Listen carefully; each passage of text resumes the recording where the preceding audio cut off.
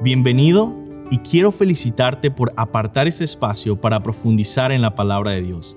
Ahora vas a escuchar un mensaje de la Iglesia Bautista Highview en español en Louisville, Kentucky, en Estados Unidos. Nosotros existimos para llevar a todas las personas a conocer y seguir a Jesús. Deseamos ser una iglesia bíblica, una iglesia cristocéntrica, centrada en el Evangelio, que tiene una predicación expositiva. ¿Qué es una predicación expositiva? Es aquella predicación que se enfoca en el texto bíblico, busca interpretarlo bien y aplicarlo legítimamente a la vida de las personas. Ahora, yo quiero invitarte a que no solo escuches la predicación expositiva, sino que tú seas un oyente expositivo, que seas un oyente que abre su Biblia, que busca en el texto, que trata de entender la Escritura y aplicarla a tu vida. Oramos que Dios bendiga su palabra y que tú puedas conocer más a Cristo.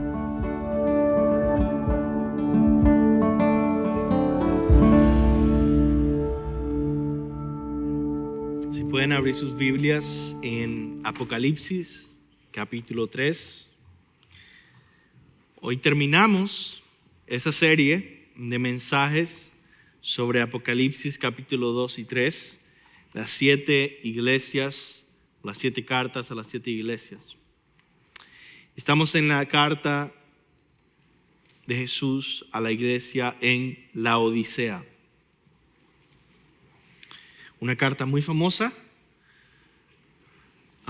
entre muchas iglesias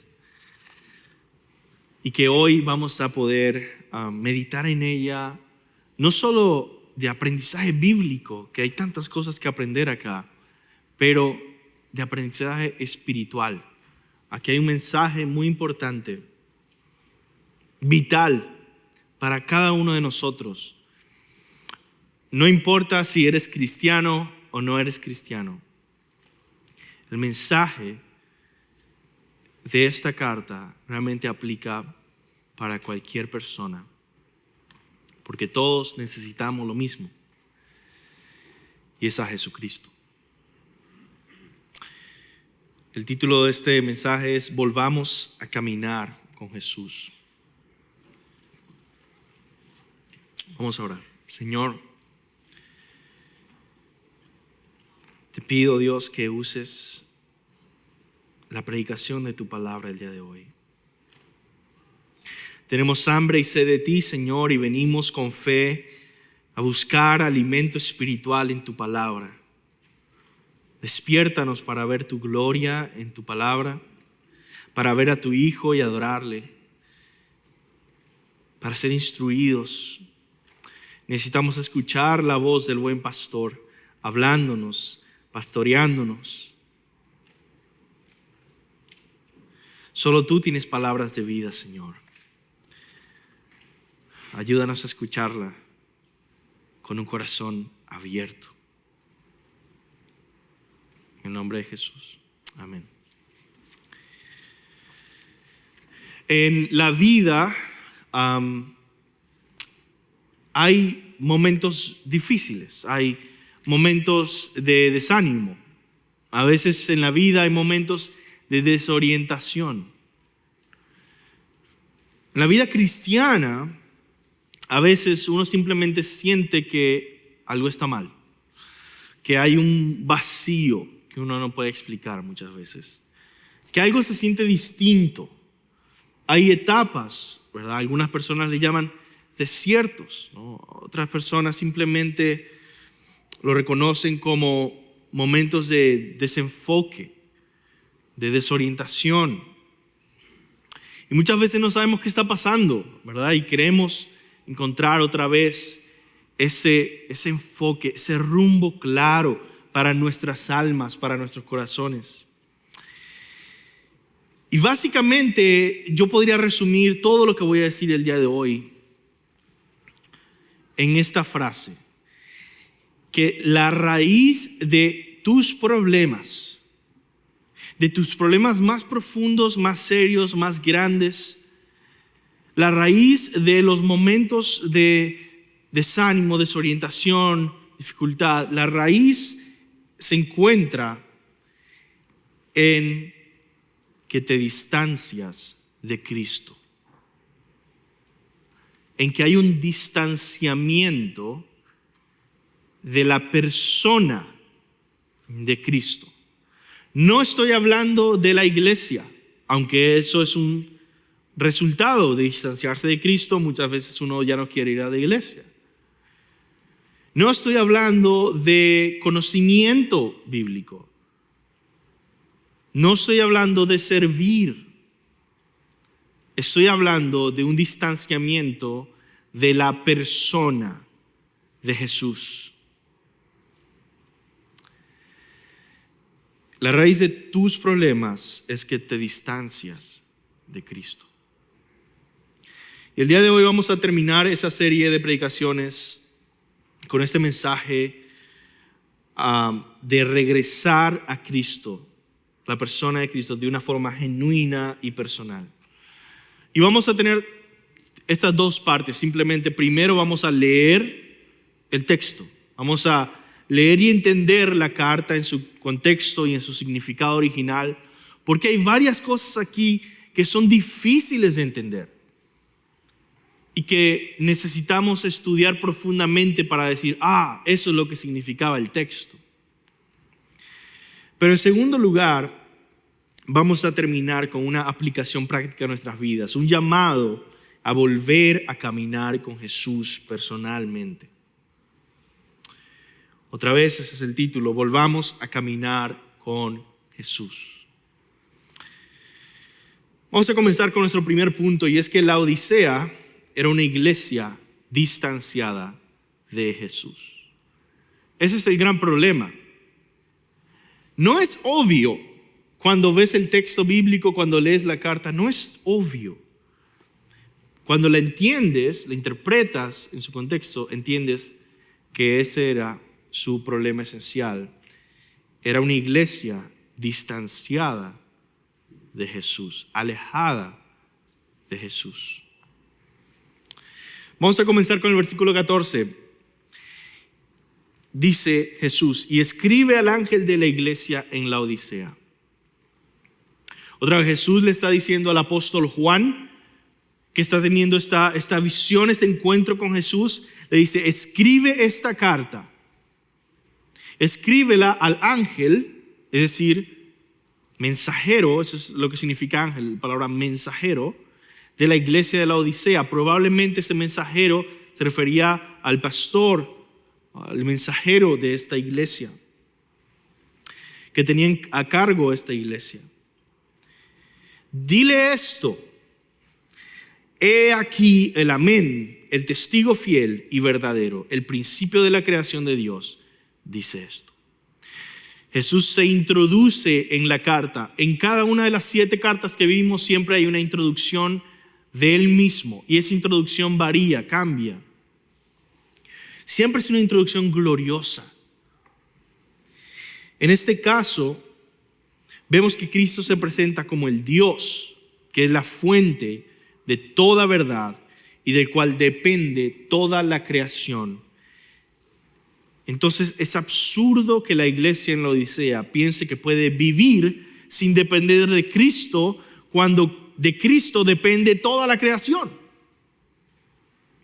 Y muchas veces tú y yo vivimos de esa manera, tratando de, y la verdad no intencionalmente, pero podemos caer en un estilo de vida que ya no depende de Cristo, ya no depende de la persona de Cristo. Y Jesús recuerda aquí, yo soy Dios y de mí depende la verdad, de mí depende la creación entera. Dice, yo soy el amén, el testigo fiel y verdadero. Se refiere a la forma hebrea de decir cierto, verdadero, es amén. Es una forma hebrea. Es decir, es aquel que confirma la verdad. Es el fundamento de la verdad. La verdad depende de Cristo. Es aquel que siempre expresa la verdad. Cristo es el amén de Dios. De hecho, eso es lo que dice Hebreos. El testigo fiel, el verdadero, va a decir la verdad sobre la condición de la Odisea. Y es importante que Jesús diga esto, porque para ellos esto va a ser casi imposible de creer. El orgullo que vamos a ver que hay en esta iglesia el creer que ellos lo tienen todo, que están muy bien. Es casi imposible para ellos creer lo que Jesús les va a decir. Pero Jesús les dice: yo soy el amén, el testigo fiel y verdadero, y te voy a decir la verdadera condición que tienes. La Odisea es una región en Asia, y esta iglesia es famosa porque no recibe ningún comentario positivo en esta carta.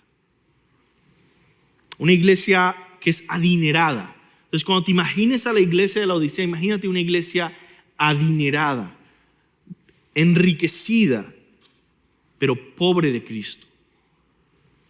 Una iglesia que se había perdido de su relación con Cristo, se había alejado. Una iglesia soberbia que se creía autosuficiente. Una iglesia casi muerta. La verdad, si pudieras ponerle un título a esta iglesia, podría ser la iglesia que se creía autosuficiente. Es decir, que ya no estaba caminando en dependencia de Jesús. Y vemos otro título que Jesús pone en su comienzo, y es el principio de la creación de Dios. La palabra principio, arché, tiene el sentido de el originador o el gobernador de toda la creación. En el Evangelio de Juan leemos: en el principio era el verbo, y el verbo era con Dios, y el verbo era Dios. Ese era en el principio con Dios. Todas las cosas por Él fueron hechas, y sin Él nada de lo que ha sido hecho fue hecho. Jesucristo es Dios, el Hijo. Dios es Padre, Hijo y Espíritu Santo. Dios es un solo Dios subsistiendo en tres personas. Así que ¿quién creó todas las cosas? Dios. ¿Quién es Dios? Dios el Padre. A través de Dios el Hijo, en el poder del Espíritu Santo, creó todas las cosas. Jesucristo creó todas las cosas. El Padre creó todas las cosas. El Espíritu creó todas las cosas. Pero podemos verlo de maneras distintas aquí en la palabra. Una manera profunda, trinitaria de ver esta creación. Y Jesucristo, dice la palabra, que Él sostiene toda la creación. Y otra vez Él recuerda esto para que vean lo absurdo de que esta iglesia piense que es autosuficiente. ¿Tú sabías que tú no puedes existir ni siquiera un segundo más en esta tierra si no es porque Jesús está sosteniendo tu existencia? Sosteniendo cada molécula de tu cuerpo, sosteniendo cada aire que respira en tus pulmones, sosteniendo cada flujo de sangre en tu cuerpo, sosteniendo el aliento de vida, sosteniendo no solo tu cuerpo, sino tu alma. Nada de lo que eres existiría si no es porque Cristo sostiene todo lo que eres en cada segundo. Es increíble porque Jesucristo fue encarnado y se volvió hombre sin dejar de ser Dios. Y si tú te puedes imaginar al mismo tiempo Dios encarnado caminando en esta tierra, siendo hombre y teniendo la experiencia de hombre, y al mismo tiempo siendo Dios creador que sostiene la creación y sostiene el mismo suelo por el que está caminando él mismo. Todo depende de Cristo. Todo fue creado por Cristo, por medio de Cristo y para Cristo. Y esta iglesia debe recordar eso. Y quizá tú y yo debemos recordar eso. Muchas veces creemos que Jesús no puede ayudarnos con un problema financiero. Pensamos que Él se encarga de los problemas emocionales quizá. Me hace sentir bien, pero Él no me va a ayudar con un problema real. ¿Acaso no nos ha enseñado nada el Señor Jesús cuando vino y multiplicó los panes y los peces? ¿Acaso no nos ha dicho que controla la naturaleza cuando paró la tormenta solamente con un mandato? Es decir, creer en Jesucristo no es creer en una idea abstracta que te hace sentir bien a veces. Es creer en aquel que tiene autoridad sobre el cielo y la tierra y gobierna todas las cosas, la realidad, la verdad, el mundo en el que tú caminas. Tú y yo debemos aprender a depender más de Cristo en todas las áreas de la vida. Yo no tengo a Cristo solo para que me dé paz. Yo camino con Cristo. Debo caminar con Cristo. Debo orar en cada situación. Debo depender de Él en todas las áreas de mi vida. Hay una relación dependiente. Él es Dios y yo una criatura. Y esto es interesante porque esto pasa para todos, para cristianos y no cristianos. Aunque rechaces y maldigas a Dios, tú le perteneces a Cristo porque fuiste creado por Él y para Él. Y por lo tanto debes rendirle cuenta a Cristo al final, en el juicio final. Y puede ser tu juez o puede ser tu salvador. Si te mantienes en tu soberbia, en tu orgullo, vas a conocerle un día cara a cara como juez. Si te humillas en fe, arrepentimiento y le buscas como tu salvador y vives para Él, vas a conocerle como tu precioso salvador. Que el apóstol Pedro dice que aunque no lo hemos visto, lo amamos. Y lo hemos de ver, y cuando lo veamos seremos como Él es. ¿Cuál es la enfermedad mortal que tiene esta iglesia en la Odisea? ¿Cuál es el problema serio que tiene? Pues que estaba distanciada de Cristo. Vemos en el versículo 15 y 16 este versículo tan famoso y tan malentendido. Dice: yo conozco tus obras, que ni eres frío ni caliente.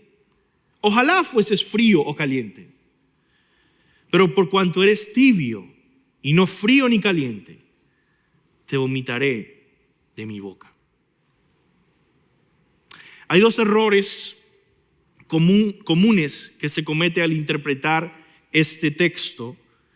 Primero, algunos leen la palabra frío y caliente y concluyen que Cristo contrasta entre negativo, frío, y positivo, caliente. Y si eres frío, estás alejado de Cristo. Si eres caliente, estás apasionado por Cristo. Y Jesucristo está diciendo: preferiría que fueras un ateo que maldigas a Dios, o preferiría que fueras un cristiano apasionado pero eres un religioso tibio. Eso es una mala interpretación del texto y vamos a ver por qué. Pero el segundo error es este. Segundo error es que a veces se predica también que la salvación se pierde porque el versículo dice: te vomitaré por mi boca. Por supuesto, esto contradice las verdades de la palabra de Dios en otros lados. Muchos otros lados que aseguran que aquel que Dios salvó, Dios sostiene. Juan capítulo 10, por ejemplo, dice: están en mis manos y nadie podrá arrebatarlos de mis manos. Filipenses 1:6, aquel que comenzó la buena obra en vosotros, la perfeccionará hasta el día de Cristo. Dios no deja obras a medias, dice. Tú dices: ¿qué pasa con aquellos cristianos que yo conozco que vinieron por un tiempo a la iglesia y ahora ya no son cristianos, se han negado a Cristo y viven en el mundo? ¿Qué pasa con ellos? ¿Acaso no perdieron la salvación? Bueno, la Biblia explica esto también, lo cual era común no solo en nuestros días, pero en los días de los apóstoles. Por ejemplo, Pablo habla de Demas, que se fue al mundo. Jesús da una parábola que explica eso y dice que ese es como el sembrador salió a sembrar y cayó una semilla sobre la roca y creció, pero no tuvo raíz, así que murió, porque la superficie era rocas. Jesús explica esta parábola y explica esas rocas y dice: esos son aquellos que reciben la palabra, es decir, reciben la semilla, reciben la palabra con gozo. pero no tienen profundidad y mueren. Es decir, son personas que aparentemente, superficialmente, reaccionaron a la predicación del Evangelio, pero realmente nunca fueron salvos. Y el apóstol Juan también explica este suceso, este fenómeno de personas que vienen a la iglesia y después terminan afuera, diciendo, salieron de nosotros, pero no eran de nosotros, sino que salieron de nosotros para que se manifestase que nunca fueron de nosotros. Por lo tanto, el apóstol Pablo dice, examinaos a vosotros mismos si es que estáis en la fe. Todos tenemos la responsabilidad de examinarnos a nosotros mismos a ver si es que estamos en la fe. Pero no, una persona que genuinamente salva no va a perder su salvación. ¿Por qué? Porque Dios lo sostiene. Y si acaso llega a negar a Cristo y a irse al mundo completamente, simplemente se evidencia que nunca fue de nosotros, como dice la palabra.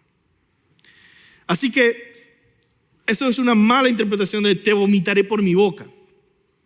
Ahora, ¿cómo entonces debemos interpretar bien este pasaje y evadir esos dos errores? Bueno, primero, la Odisea tenemos que entender el contexto histórico y geográfico. La Odisea estaba establecida en una zona que favorecía las rutas de comercio. Recuerden que es una ciudad muy adinerada. Por eso traía un problema, y es que estaba muy alejada del agua y de fuentes de agua potable. Pero tenía dos ciudades cercanas.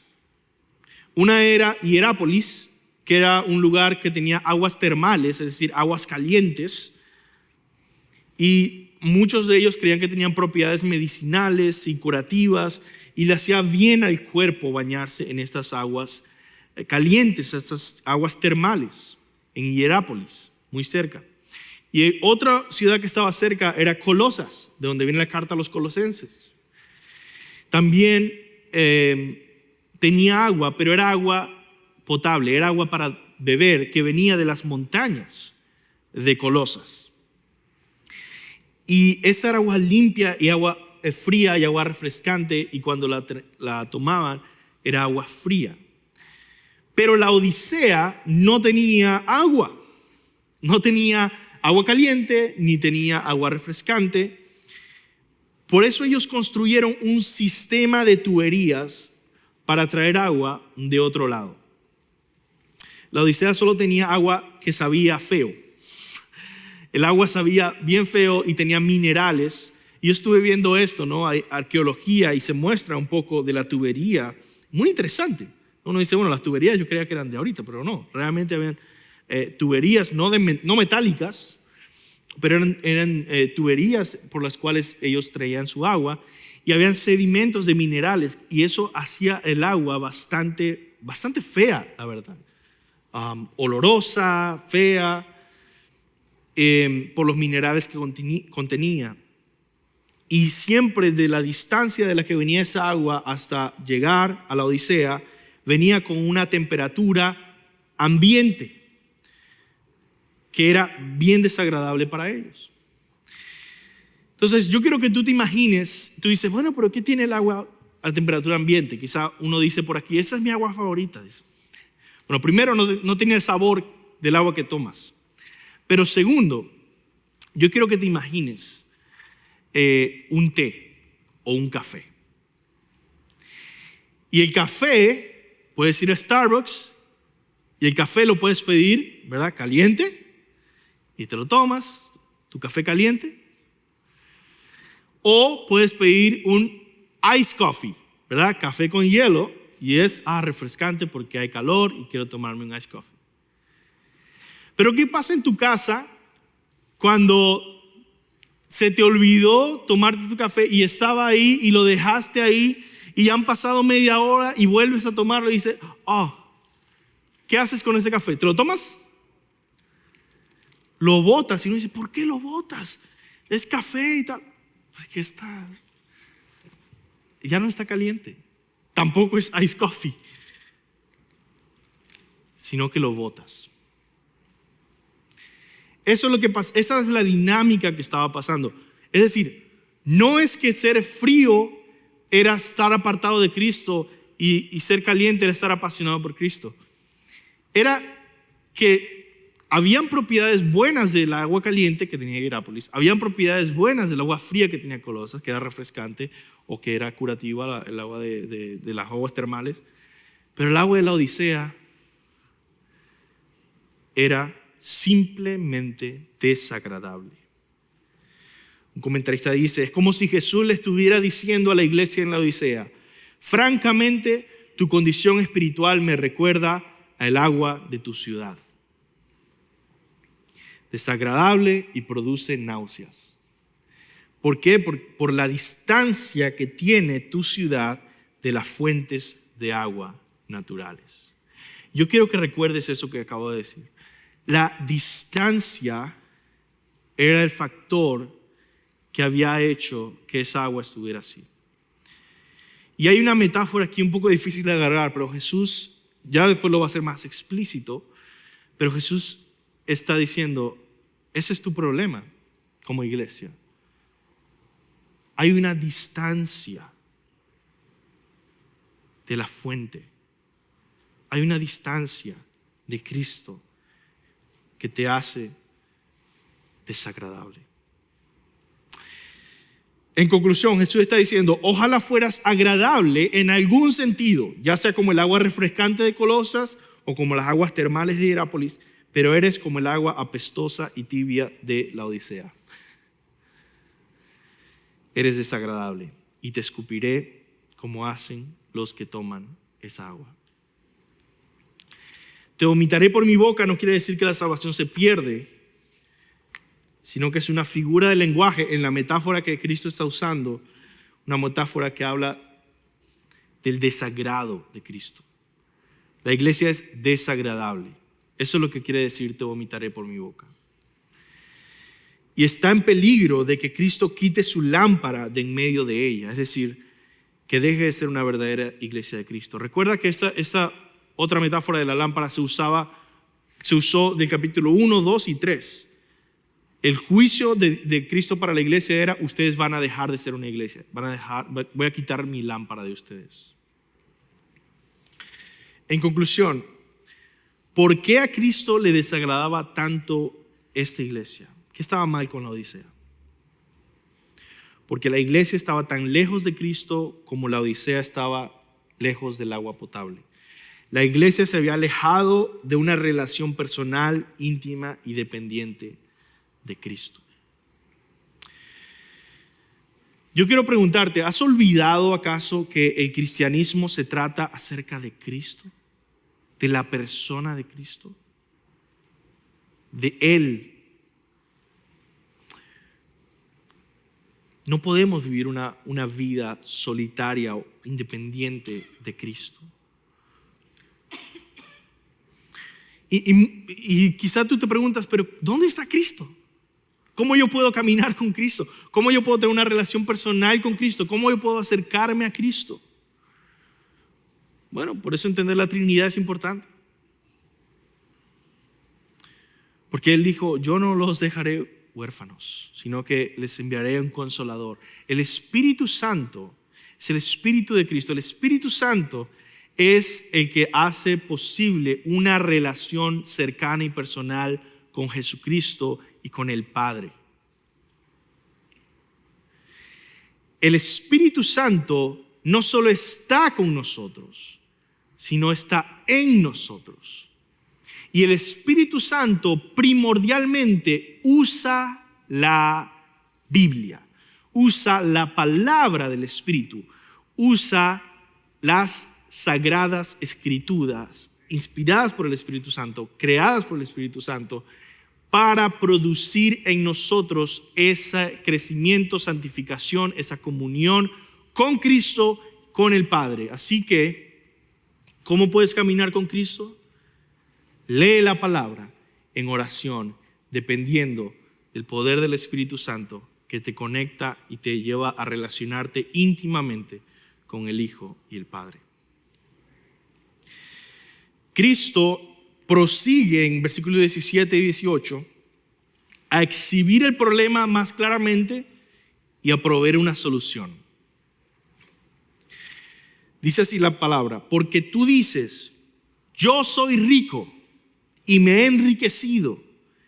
Recuerdan que la Odisea era un lugar bastante adinerado. Y de ninguna cosa tengo necesidad. Y no sabes que tú eres un desventurado, miserable, pobre, ciego y desnudo. Por tanto, yo te aconsejo que de mí compres oro refinado en fuego para que seas rico, y vestiduras blancas para vestirte, y que no se descubra la vergüenza de tu desnudez, y unge tus ojos con colirio para que veas. Aquí hay algo impresionante que yo quiero compartir contigo. Primero, el problema es muy claro, ¿verdad? Fíjate lo que dice. Tú dices, no tengo ninguna necesidad de nada. Te crees autosuficiente. Ya no estás caminando en dependencia de mí. Ok, ese es el problema. Lo entendemos. Pero fíjate, aquí hay algo que quiero compartir que es bien interesante con la solución que Cristo provee en versículo 18. Porque cuando uno estudia otra vez el contexto, especialmente para esta carta, hay 3 razones por las que la ciudad de la Odisea era famosa en la antigüedad. 3 razones por las que era rica. 3 razones. Primero, por su riqueza y su gente adinerada, ¿verdad?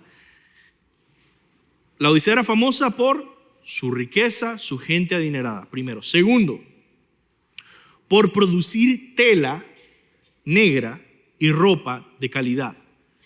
Para los que no saben, en la antigüedad era muy difícil conseguir tela, ropa de color.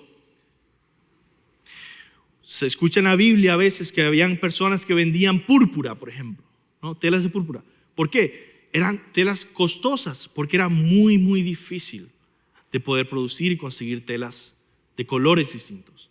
Ahora miren cómo todos estamos vestidos con colores distintos.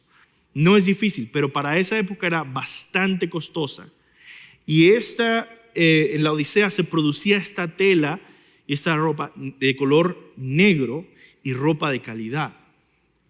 Entonces, primero, la gente adinerada. Segundo, la tela de calidad. Y tercero, producían medicina de varios tipos, pero especialmente medicina para los ojos. Interesante, ¿no? Medicina para los ojos. Riqueza, producción de telas, producción de medicina. Cuando tú entiendes eso, puedes ver qué es lo que Jesús está diciendo en el versículo 18. Mira conmigo el texto en el versículo 18. Y por tanto, yo te aconsejo que de mí compres oro refinado en fuego para que seas rico, y vestiduras blancas para vestirte, y que no se descubra la vergüenza de tu desnudez, y unge tus ojos con colirio para que veas. ¿Entendemos lo que está diciendo? La respuesta de Cristo a esta iglesia que dice, no te necesitamos, no necesitamos nada, es que le aconseja que compre oro refinado en fuego para que sea rico. Esta iglesia que estaba en esta ciudad llena de telas de calidad dice, compra mis vestidos blancos, vístete con mis vestidos blancos. Esa ciudad que vendía medicina dice, compra mi medicina de ojos para que veas. Es increíble. Cristo le ofrece el evangelio como la solución a su problema. El Evangelio es Cristo entregándose a nosotros. Deja de enfocarte en tu riqueza, le dice Cristo. Más bien, compra de mí oro refinado en fuego. Sé rico en Cristo. Deja de enfocarte en las vestimentas. Vístete con la justicia de Cristo. Deja de enfocarte en la medicina. Enfócate en ver espiritualmente a Cristo.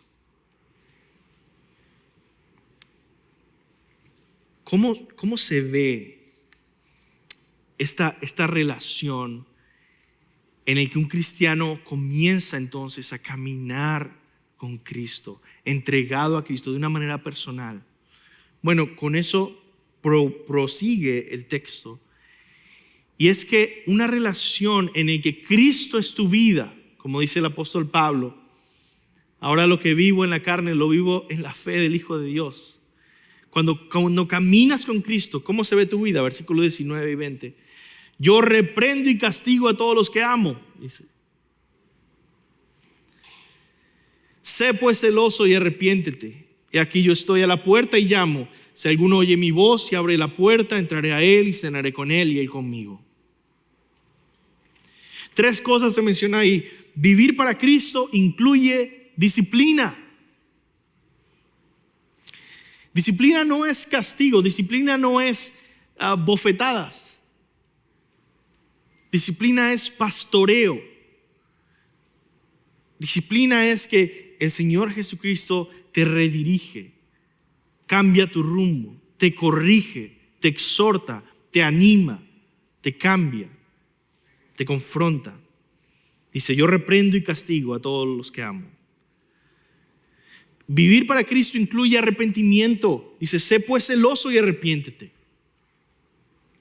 Y tercero, vivir para Cristo incluye comunión íntima.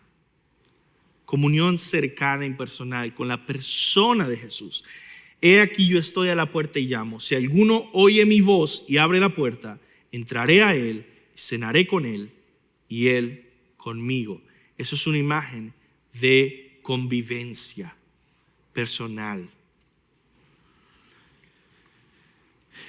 Yo quiero que tú pienses un poco en esto y digas, ¿así se describe tu relación con Jesús?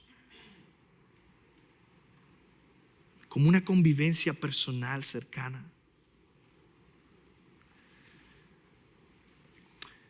La recompensa final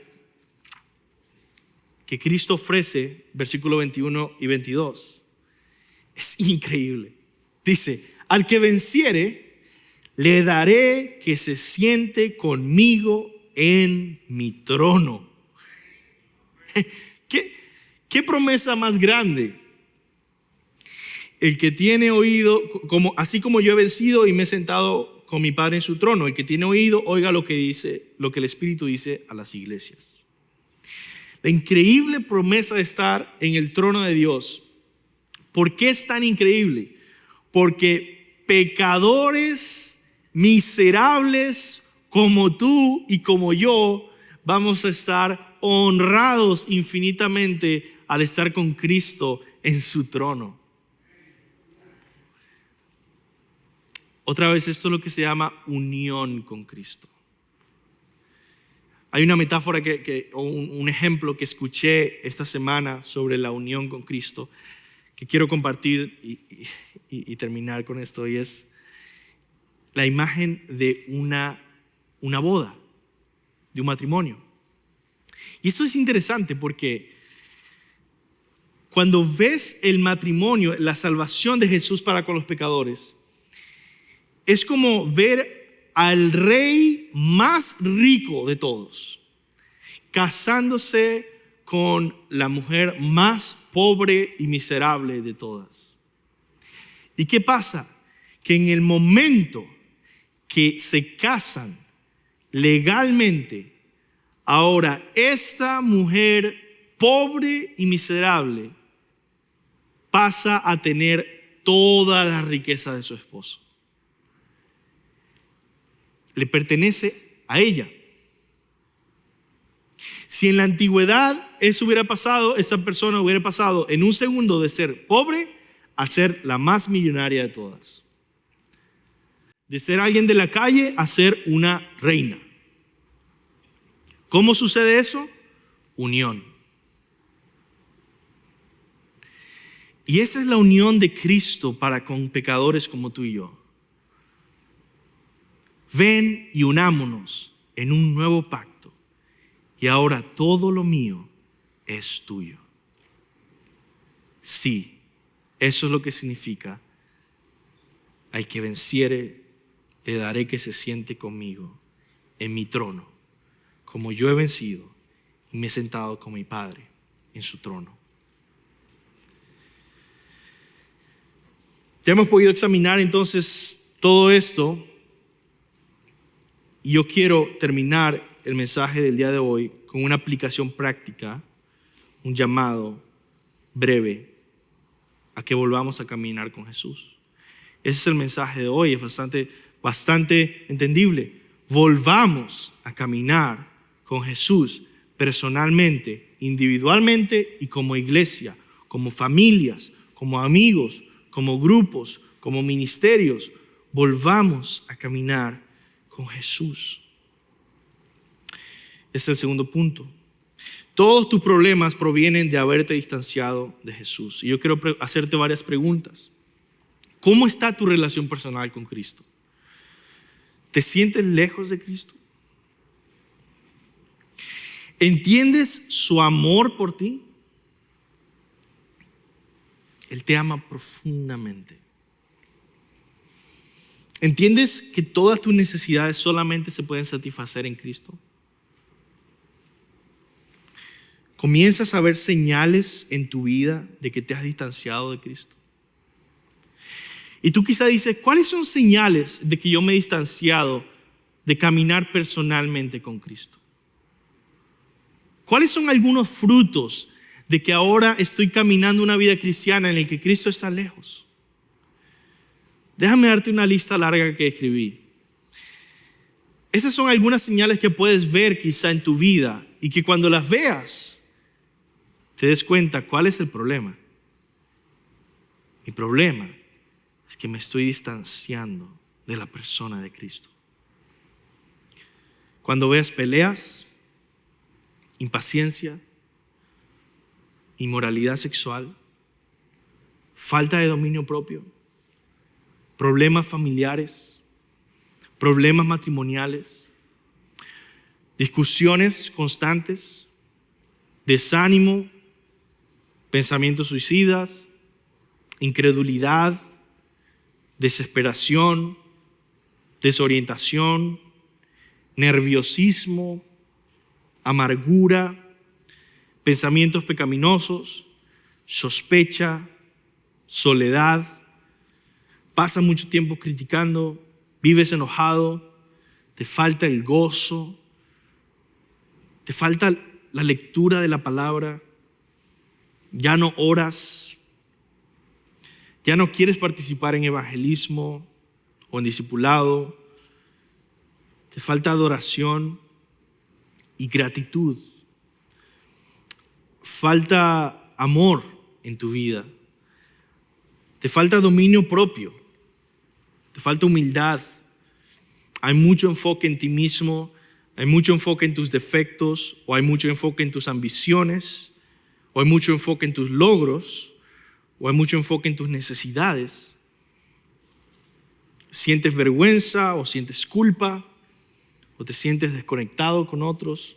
Todos tus problemas provienen de haberte distanciado de Cristo, de caminar con Él personalmente. La vida cristiana consiste en vivir en una relación cercana y personal con Cristo. Permaneced en mí y yo en vosotros, dice Jesús. Como el pámpano no puede llevar fruto por sí mismo si no permanece en la vid, así tampoco vosotros si no permanecéis en mí. Yo soy la vid, vosotros los pámpanos. El que permanece en mí y yo en él, este lleva mucho fruto, porque separados de mí nada podéis hacer. Así que, hermanos, ¿Qué estás esperando que suceda con tu vida si estás distanciado de Cristo? Es natural, es obvio que todas estas cosas van a salir. Y muchas personas, familias, matrimonios, vienen y dicen, es que no sé qué está pasando conmigo. Las cosas están mal. Es que tenemos peleas, es que tenemos riñas, es que tenemos sospechas, es que tenemos nerviosismo. Yo digo, ¿y qué esperabas? No podéis hacer nada apartados de mí. Por supuesto que ese es el resultado que debes esperar en el momento que comienzas a caminar alejado, distanciado de la persona de Cristo. Tu vida será miserable, completamente. Mi vida, cada día que intencionalmente no camino con el Señor Jesús, dependiendo de Él. Ese es el problema de todos los que estamos aquí, incluyéndome a mí. Seas cristiano o no seas cristiano, alejarte de Cristo, vivir distanciado de Cristo, es la raíz de tus problemas. Y la solución es la misma para todos. Acerquémonos a Cristo. Volvamos a Cristo. Y yo quiero terminar con eso. Cuando tú lees esta carta y la entiendes, porque ya la entendimos, ¿verdad? Ya pasamos por toda la carta y la entendemos. ¿Acaso tu corazón no dice, yo solo quiero volver a caminar cercanamente con Cristo? Él dice, ven, aquí estoy, ven. Y lo dice en la carta. Tú dices, hey, pero soy pobre en buenas obras. Yo no he vivido como te agrada. Él dice, ven, aquí tengo oro refinado en fuego para ti. Tú dices, pero tengo muchos pecados y muchas culpas. Y Él dice, ven, aquí tengo vestiduras blancas para cubrirte, para que sea cubierta tu vergüenza. Y tú dices, pero siento que no puedo ver tu gloria. Y dice, ven, aquí tengo colirio para sanar tus ojos cegados por el pecado. Entonces regresa hoy a Cristo. Regresemos hoy a Cristo y ayudémonos unos a otros como familia en Cristo a caminar juntos, personalmente, con el Señor cada día. Vamos a orar. Señor, gracias Dios por tu palabra, por tu evangelio, por tu invitación a caminar contigo, Señor. Ayúdanos a volver a caminar cercanamente, personalmente, cada día contigo, Señor. Te lo pido en el nombre de Jesús. Amén.